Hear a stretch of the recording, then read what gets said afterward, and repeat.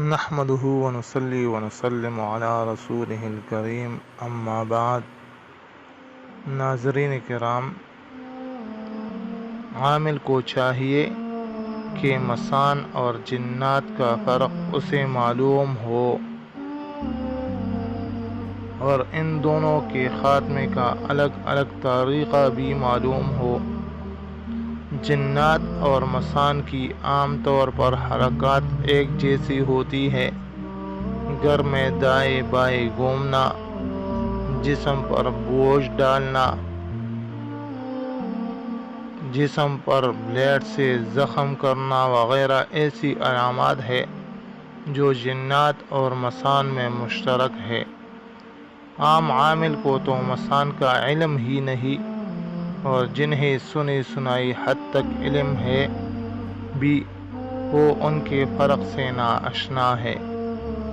ناظرین کرام، جنات ایک مستقل مخلوق ہے، جبکہ مسان کو آپ کسی مردے کا شیطانی ہمزاد کہہ سکتے ہیں۔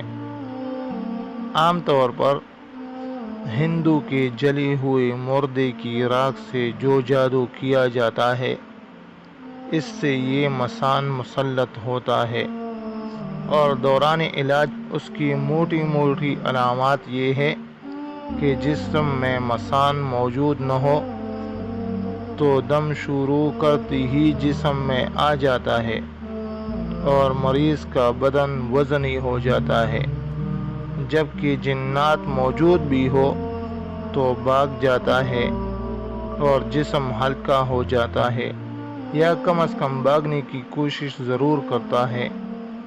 دوسری علامت یہ ہے کہ جس مریض کے جسم میں مسان ہوگا، دم کے دوران اس کا جسم ہلنے لگ جائے گا۔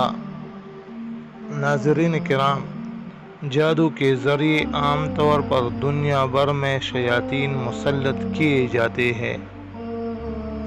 ہندو سحر میں مسان ایک الگ حقیقت کے طور پر سامنے آیا ہے۔ ہندو مذہب میں چونکہ مردے کو جلاتے ہیں اور اس کے جسم کی راکھ آسانی سے مل جاتی ہے، اس لیے ہندو جادوگروں نے راکھ اٹھانے اور استعمال میں لانے والے دیگر جادوگروں کے لیے جادو میں مسان کا استعمال بہت آسان ہو گیا ہے کہ راکھ کا تعلق چونکہ براہ راست مردے سے ہے، اس لیے اس کا مسان براہ راست جادو سے کسی پر مسلط کیا جا سکتا ہے۔ ناظرین کرام، جنات اور مسان میں فرق یہ ہے کہ جن مریضوں کو جنات وغیرہ نظر آنا شروع ہو جاتے ہیں، وہ یہ منظر دیکھ کر اس کی تصدیق کر سکتے ہیں کہ جنات کو جب جلایا جاتا ہے تو لکڑی یا گیس کی طرح شعلہ پکڑ کر جلتے ہیں، لیکن مسان کو جب ختم کیا جاتا ہے تو وہ لکڑی کی طرح نہیں بلکہ موم یا برف کی طرح پگھل کر ختم ہو جاتا ہے۔ اس لیے ہم نے ہر جگہ جنات کے لیے جلانے اور مسان کے لیے زائل کرنے کا لفظ استعمال کیا ہے۔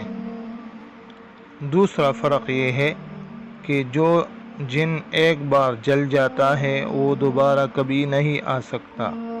انسان اور دیگر حیوانات کی طرح اس کو ایک زندگی اور ایک موت کے بعد دوبارہ اس دنیا میں زندگی نہیں آ سکتی، لیکن مسان میں بعض دفعہ مریض دیکھتا ہے کہ جو مسان خدا خدا کر کے ابھی ختم ہوا تھا، ابھی سے پھر اٹھ کھڑا ہوا ہے۔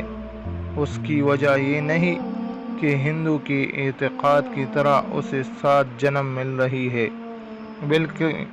بلکہ مسان چونکہ جادو کے عمل کے ذریعے تیار ہوتا ہے، اس لیے ایک مسان ختم ہوا تو اس جادو کے عمل سے دوسرا تیار ہو جائے گا۔ ایک عمل سے اگر بالفرض 40 مسان بھی تیار ہوں گے تو سبھی ایک ہی کے شکل کے ہوں گے۔